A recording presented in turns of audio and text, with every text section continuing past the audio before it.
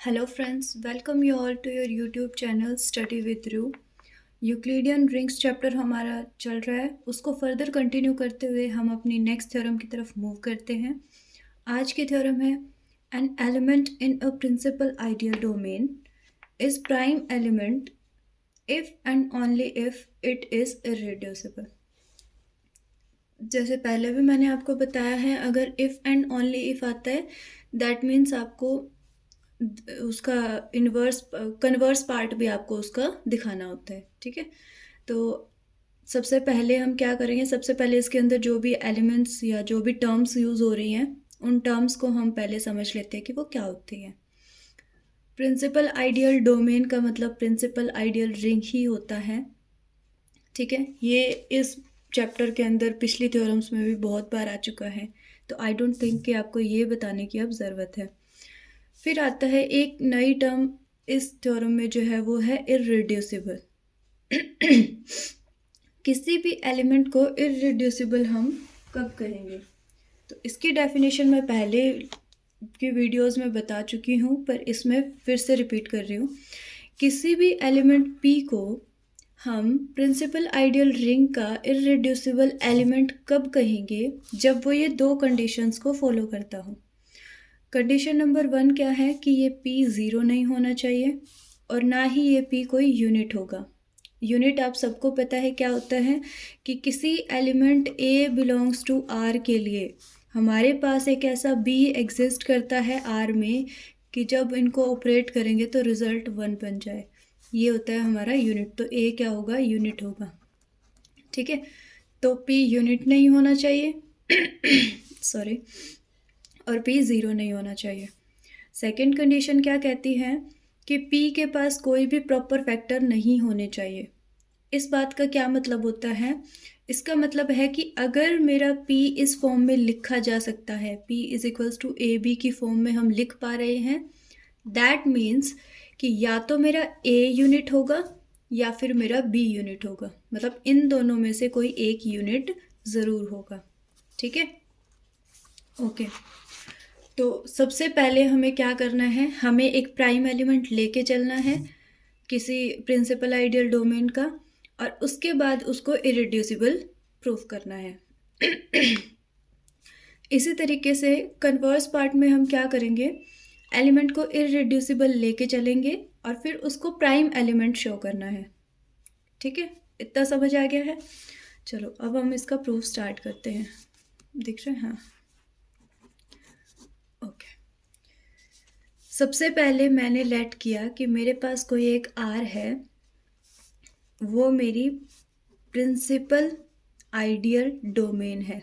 ठीक है, अगर इसकी जगह प्रिंसिपल आइडियल रिंग भी आ जाता है, कंफ्यूज नहीं होना है, सेम ही चीज़ें होती हैं दोनों। ठीक है, और मैंने लेट किया कि मेरे पास कोई एक एलिमेंट है P जो मेरी इस रिंग का एलिमेंट है, और सबसे पहले हमें क्या लेके चलना है कि ये जो हमारा P है ये P इज़ प्राइम, ये हमारा P एक प्राइम एलिमेंट है। इतनी बात क्लियर होगी ना? ठीक है, अब मैं लेट करती हूँ कि P जो है वो मेरा समथिंग ए बी की फॉर्म में मैं लिख पा रही हूँ। अब मैंने कहा कि P मेरा प्राइम है। अगर मेरा P प्राइम है और इस फॉर्म में मैं इसको लिख पा रही हूँ, तो हमें शो क्या करना है, अब टू शो क्या शो करना है कि या तो A या फिर B मेरा यूनिट होगा। इन दोनों में से कोई एक जो है वो आइदर, इन दोनों में से कोई एक जो है वो यूनिट होगा। ये हमें क्यों शो करना है, क्योंकि हमें इरेड्यूसिबल दिखाना है। अभी मैंने आपको इरेड्यूसिबल की डेफिनेशन दिखाई थी, जिसके अंदर हमें पता था कि अगर हम P को इस फॉर्म में लिख सकते हैं, दैट मीन्स कि या तो मेरा A यूनिट होगा या फिर B यूनिट होगा। अगर मैं ये वाली चीज़ शो कर देती हूँ, दैट मीन्स कि ये इरेड्यूसिबल एलिमेंट होगा। इतनी बात क्लियर है? चलो, बिल्कुल इजी है। इसका फर्स्ट पार्ट तो बहुत आसान है, कुछ भी नहीं है, ध्यान से बस देखते जाओ स्टेप बाय स्टेप। अब देखो, नाउ मेरा ये जो P था वो किसके इक्वल है, ए बी के। ठीक है, दैट मीन्स कि हम क्या कहेंगे कि P ए बी को डिवाइड करता है। ठीक है, यहाँ से मेरा क्या कंक्लूजन निकलेगा कि या तो मेरा P A को डिवाइड करेगा या फिर ये B को डिवाइड करेगा। यहाँ तक बात मतलब हो रही है क्लियर? ठीक है, कि A is a divisor of P या फिर B is a divisor of P। अब देखो, दोनों कंडीशंस को अलग अलग लेके चलते हैं कि अगर मेरा P A को डिवाइड कर रहा है, दैट मीन्स कि मैं अपने इस A को P की फॉर्म में लिख सकती हूँ, यानी कि P की टेबल में कहीं A आता है, PM। ये वाली टर्म्स अब तक तो क्लियर हो चुकी होंगी कि मैं ये कैसे लिखती हूँ, कि जैसे यहाँ पे था P है, यहाँ पे A है। अब जैसे मैंने लिखा कि 2 जो है वो 10 को डिवाइड करता है, इट मीन्स कि ये जो 10 है वो 2 की टेबल में कहीं ना कहीं आता है, दैट इज़ 5। तो इसी तरीके से ये है कि अगर P जो है वो A को डिवाइड कर रहा है, दैट मीन्स कि A की टेबल में P की टेबल में कहीं ना कहीं A आता है। ठीक है, यहाँ तक क्लियर हुआ? अब P की वैल्यू क्या थी? AB, तो वो मैं इसके अंदर पुट कर दूंगी।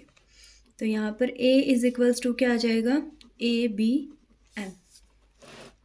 ठीक है, अब ये इस साइड क्या है, मेरी प्लस की टर्म है, इस साइड आ जाएगी तो नेगेटिव हो जाएगी, तो A minus ABM and that is equal to 0। यहाँ तक बात समझ आ रही है? ओह सॉरी, उल्टा ले लिया, ये नहीं लेना।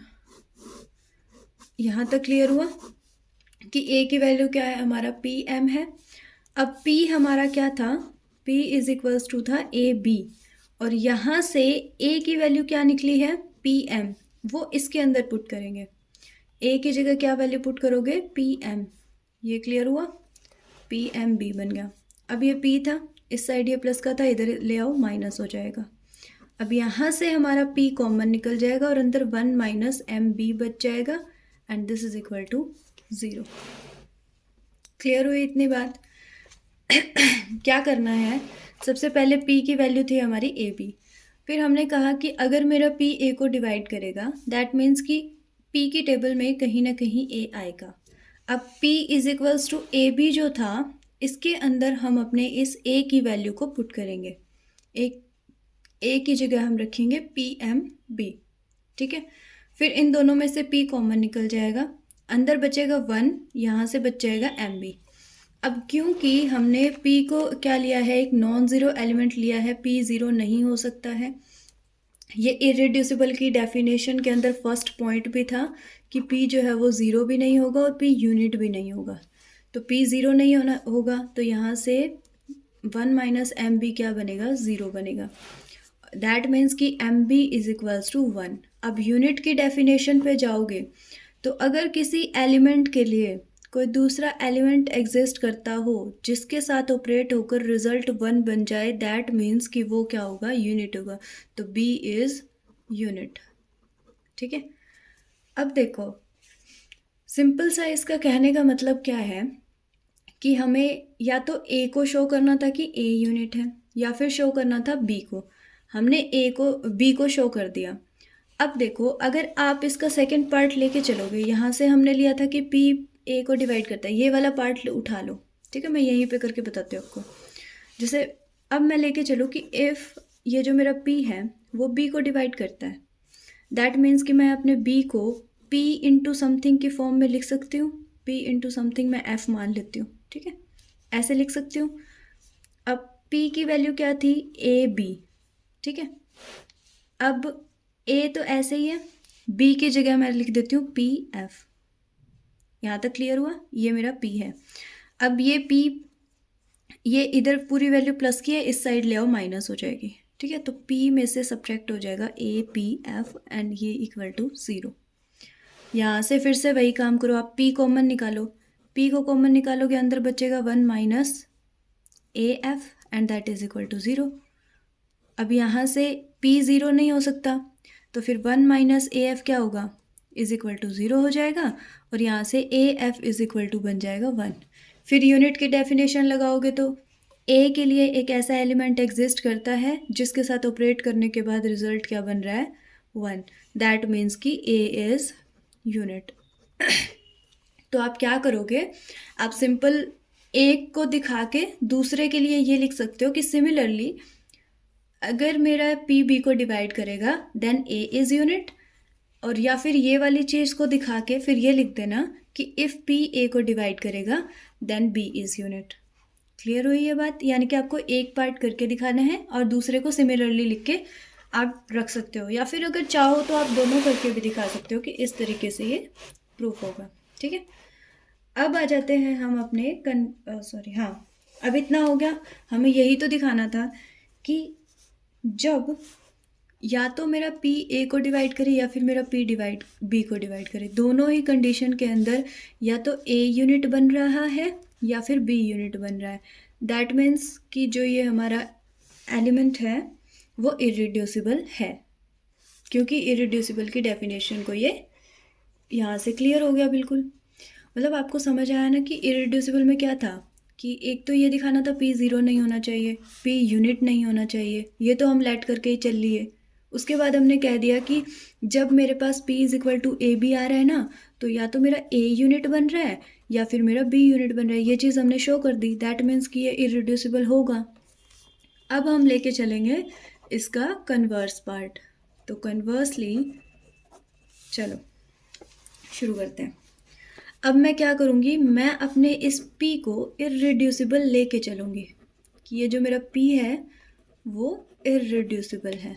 और अब शो क्या करना है कि जो मेरा p होगा वो एक प्राइम एलिमेंट होगा। ठीक है, सच दैट कि p जो है वो ए बी को डिवाइड करता है। अब हमें शो क्या करना है, टू शो, अब प्राइम एलिमेंट वाली पहले ये वाली जो कंडीशंस थी, देखो हमारे पास क्या था कि p ए बी को डिवाइड कर रहा था और ये चीज़ हम लेके चल रहे थे कि p ए को डिवाइड करेगा, p बी को डिवाइड करेगा। अब हमें ना बेसिकली ये वाला पॉइंट शो करना है। अब टू शो में क्या आ जाएगा कि या तो p ए को डिवाइड करेगा या फिर ये b को डिवाइड करेगा। समझ गए? मतलब एक पार्ट में जो चीज़ अपन ने लेट कर रखी है, सेकंड पार्ट में हमें वो चीज़ शो करनी है। क्लियर है यहाँ तक? ओके, अब हम पहला पार्ट लेके चलते हैं कि अगर मेरा पी ए को डिवाइड कर रहा है, अगर हमने यही लेट कर लिया, ठीक है, तो हमें कुछ शो ही नहीं करना, क्योंकि फिर तो पी ए को डिवाइड करता ही है, तो कोई बात ही नहीं बची। तो हम क्या लेके चलेंगे, कंसीडर करेंगे हम कि हमारा ये जो p है ना वो डिवाइड नहीं करता है a को। ये डिवाइड का साइन था, इस पे ऐसे लगाने से ही हो जाएगा नहीं करने का मतलब। ठीक है, तो ये p a को डिवाइड नहीं करता, हम ऐसा कंसीडर करके चलेंगे। अब हमने कहा कि p a को डिवाइड नहीं कर रहा है, p भी एक एलिमेंट है और a भी एक एलिमेंट है हमारे प्रिंसिपल आइडियल डोमेन का। तो हमने कहा इन दोनों का कोई एक GCD तो एग्जिस्ट करेगा, और वो हमने मान लिया D। क्लियर है? आप वर्ड्स में इसको लिख सकते हो अच्छे से कि P और A दोनों ही हमारी प्रिंसिपल आइडियल डोमेन के एलिमेंट्स हैं और इन दोनों का एक GCD होगा, और हमने वो लेट कर लिया कि वो GCD क्या है, D है। यहाँ तक बात क्लियर है? अब देखो नाउ, अगर तो P और A का GCD D है, दैट मीन्स कि ये जो हमारा D है वो P को डिवाइड करेगा और ये जो हमारा D है वो A को भी डिवाइड करेगा। यहाँ तक बात क्लियर है? ये GCD के डेफिनेशन से लिखा है। अगर आपको याद हो तो GCD की डेफिनेशन में 2 पॉइंट्स होते हैं। पहला क्या होता है कि D A को डिवाइड करेगा, D B को भी डिवाइड करेगा। ठीक है, A B की GCD जब D होता है। सेकंड में क्या था कि अगर कोई एक तीसरा एलिमेंट हो जो इनको डिवाइड करता हो, दैट मीन्स वो उसको भी डिवाइड करेगा, ये वाले। बट हम ये वाला पॉइंट लेके चल रहे हैं कि अगर इनका GCD D है, दैट मीन्स D इसको भी डिवाइड करेगा, P को भी, और D A को भी डिवाइड करेगा। यहाँ तक आपको बात क्लियर हुई? ओके, अगर मेरा D P को डिवाइड करता है, दैट मीन्स D की टेबल में कहीं ना कहीं मेरा P आएगा। वो मैंने मान लिया X, और इसके लिए मैं मान लेती हूँ D की टेबल में कहीं Y पे मैंने मान लिया कि मेरा A आता है। ठीक है, मैं ये सारे टर्म्स बुक वाली टर्म्स को लेके चलती हूँ ताकि जब आप दोबारा बुक खोल के देखो तो आप कंफ्यूज ना हो कहीं पे भी कि लाइक अगर मैं इस x की जगह कुछ z ले लूँ, फिर आप बुक में देखो फिर कंफ्यूज हो कि ये x कहाँ से आ गया, y कहाँ से आ गया। ठीक है, ओके। अब देखो, दो कंडीशंस बनेगी, या तो हमारा डी यूनिट होगा या फिर हमारा ये डी यूनिट नहीं होगा। सबसे पहले इस जैसे हमने कहा कि मान लेते हैं कि डी जो है वो हमारा यूनिट नहीं है, is not a unit in are. ये हमारी रिंग का कोई भी एक यूनिट एलिमेंट नहीं है। अगर ऐसा होता है दैट मीन्स कि ये जो हमारा P is equals to d x होगा वो क्या हो जाएगा, इररिड्यूसिबल हो जाएगा, इररिड्यूसिबल हो जाएगा। क्योंकि अब देखो, हमने क्या कहा था कि P is equals to d x होता है। ऐसी कंडीशन के अंदर या तो D यूनिट होगा या फिर X यूनिट होगा, एक को यूनिट होना पड़ेगा। हमने मान लिया कि D यूनिट नहीं है, ठीक है। आगे चलते हैं। अगर D यूनिट नहीं है दैट मीन्स कि X यूनिट होगा। ऐसा क्यों होगा? क्योंकि इररिड्यूसिबल की डेफिनेशन क्या कहती है कि अगर मेरे पास P is equals to A b है तो आइदर ए यूनिट है आइदर बी यूनिट है। तो यहाँ से इसने ये तो बोल दिया कि डी यूनिट नहीं है। अगर डी यूनिट नहीं है तो एक्स इज यूनिट, तो मतलब यूनिट क्या होगा, एक्स होगा।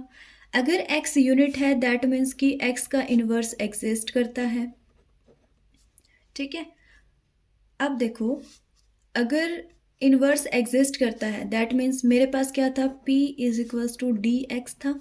अब ये x का इन्वर्स एग्जिस्ट कर रहा है दैट मीन्स मैंने दोनों साइड क्या किया, x इन्वर्स से ऑपरेट कर दिया, ठीक है। किस तरीके से, मैं आपको ऑपरेट करके दिखा देती हूँ, आपकी बुक में करके नहीं दिखा रखा। इस तरीके से कर रखा है, d और x इन्वर्स। आप सबको पता है जब भी आप किसी एलिमेंट को उससे इन्वर्स से ऑपरेट करते हो तो रिजल्ट आइडेंटिटी बनता है, और जब किसी एलिमेंट को आइडेंटिटी से ऑपरेट करते हो तो वही एलिमेंट फिर से बन जाता है। तो आपकी बुक में ये स्टेप डायरेक्ट लिख रखा है कि पी एक्स का inverse is equals to d. यहाँ तक क्लियर हो गई बात? ओके। अब हमारे पास एक ये वाली टर्म थी कि a is equals to d y. हमारे पास d की वैल्यू आ गई, वो मैं इसके अंदर अब पुट कर दूंगी, यानी कि इस d की जगह मैं क्या लिखूंगी, पी एक्स इनवर्स, और ये y पहले से था, यहाँ पे y, तो a इज इक्वल्स टू क्या आ गया, पी एक्स इनवर्स y। अब इसको अगर मैं एक थोड़ा सा मतलब एक अच्छे वे में लिखूं या फिर वैसे कह सकते हैं एक पैटर्न में लिखूं, तो p इंटू में x इनवर्स y ये बन रहा है ना। अब यहाँ से अगर किसी एलिमेंट के मल्टीपल की फॉर्म में हम लिख पा रहे हैं किसी एलिमेंट को, दैट मीन्स कि यहाँ से क्या कंक्लूजन निकलेगा कि ये जो मेरा p है वो a को डिवाइड करता है। लेकिन स्टार्टिंग में हम क्या मान के चले थे, कंसीडर क्या किया था कि p a को डिवाइड नहीं करेगा। तो इसका मतलब जो हमने ये लेट किया है कि d यूनिट नहीं होगा वो गलत है, ठीक है। आप यहाँ पे लिख सकते हो कि which is a contradiction, which is a contradiction, that means simply means क्या हो जाएगा कि d is unit, d unit होगा। यहाँ तक बात क्लियर हुई? हमने क्या किया, हमने माना कि p a को डिवाइड नहीं करता है तो इन दोनों का कोई GCD होगा। GCD होने का मतलब है कि वो दोनों एलिमेंट्स को डिवाइड करेगा। डिवाइड करेगा तो हम उनके एलिमेंट्स के मल्टीपल की फॉर्म में लिख सकते हैं। फिर हमने कहा कि हमारा d यूनिट नहीं है। अगर d यूनिट नहीं है तो इररिड्यूसिबल की डेफिनेशन से x यूनिट होगा। जब मैंने x को यूनिट लिया तो ये मेरा कॉन्ट्राडिक्शन बन गया। कॉन्ट्राडिक्शन बन गया तो मतलब d यूनिट होगा। यहाँ तक बात क्लियर हो गई, ठीक है। चलो फर्दर कंटिन्यू करते हैं। अब अगर d मेरा यूनिट है दैट मीन्स d जो था वो क्या था, GCD था p और a का। मैंने पिछली वीडियो के अंदर एक छोटी सी थ्योरम करवाई थी आपको। उस थ्योरम में मैंने आपको बताया था कि अगर दो एलिमेंट्स का GCD है कोई तो हम उनके लीनियर कॉम्बिनेशन में उसका GCD लिख सकते हैं। अगर किसी ने वो वीडियो देखी है तो ठीक है, वरना इसमें देख लो। जैसे p को, इसमें क्या होगा कि p को किसी एलिमेंट से मल्टीप्लाई करूँगी, यानी कि मैंने मान लिया u से किया। इसी तरीके से इनका कॉम्बिनेशन यानी प्लस एडिशन करो a इंटू समथिंग और वो मान लिया v, a into v equal होगा हमारे GCD के। इस फॉर्म में हम लिख सकते हैं, या आप नंबर थ्योरी की बुक के अंदर चेक कर सकते हो। ठीक है, आपको ये अच्छे से पता चल जाएगा ये क्या होता है। ओके, अब मैंने कहा कि मेरा डी यूनिट है, दैट मीन्स अगर डी यूनिट है तो डी का इन्वर्स एग्जिस्ट करेगा। ठीक है, तो मैं इस पूरी टर्म को डी इनवर्स से मल्टीप्लाई करूँगी अब। ठीक है, देखो d inverse d is equals to d inverse p u plus में डी इनवर्स ए वी। इस टर्म में डी इनवर्स को मल्टीप्लाई कर दिया मैंने पूरी के साथ। अब डी इनवर्स को ऑपरेट करूँगी तो रिजल्ट मैंने मान लिया है 1, क्योंकि मैंने आपको बहुत बार बताया है यहाँ पे आइडेंटिटी एलिमेंट आता है और हम आइडेंटिटी एलिमेंट 1 को कंसीडर करके चलते हैं प्रिंसिपल आइडियल डोमेन के केसेस के अंदर। ठीक है, क्योंकि ये बहुत बार पहले भी आ चुका है तो कंफ्यूज होने की इसमें कोई ज़रूरत भी नहीं है। अब इक्वल में ये पूरी टर्म चलेगी, D inverse p u plus में डी इनवर्स ए वी। ठीक है, अब इस वाली इक्वेशन को बी से मल्टीप्लाई कर दो। पूरी इक्वेशन को मैंने क्या किया, बी से मल्टीप्लाई कर दिया, तो ये बी बन जाएगा, यहाँ पे भी एक बी आ जाएगा और यहाँ पे भी एक बी आ जाएगा। इतना क्लियर हुआ? ठीक है, अब देखो, अब बहुत ही सिंपल सा स्टेप बाकी रहता है, ध्यान से देख लेना, क्लियर हो जाएगी चीज़। इसमें लिखा है बी, अब जैसे पी है, कोई भी टर्म होती है वो खुद को तो डिवाइड करता ही है, यानी पी को डिवाइड करेगा। इट मीन्स ये वाला जो फैक्टर है, जैसे कि मैं कहूँ पी जो है वो डी इनवर्स पी यू और बी इस वाली को डिवाइड करेगा। क्यों करेगा? क्योंकि पी खुद को तो डिवाइड करता है, और ये बात आप सबको बहुत अच्छे से मैं बहुत बार बता चुकी हूँ कि अगर कोई एलिमेंट किसी दूसरे एलिमेंट को डिवाइड कर रहा है तो वो उसके मल्टीपल्स को भी डिवाइड करता है, और p के मल्टीप्लाई में कुछ भी होगा उसको भी फिर p डिवाइड करेगा।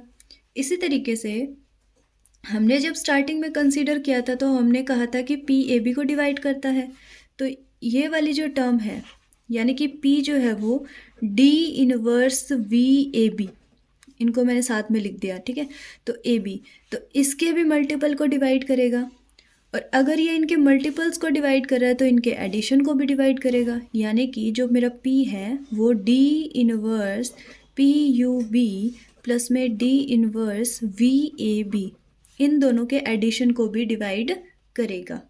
और इन दोनों का एडिशन और कुछ भी नहीं है, क्या है? b है। दैट सिंपली मीन्स कि p जो है वो b को डिवाइड करता है। और हमें शो क्या करना था कि या तो मेरा p a को डिवाइड करेगा या फिर मेरा p b को डिवाइड करेगा।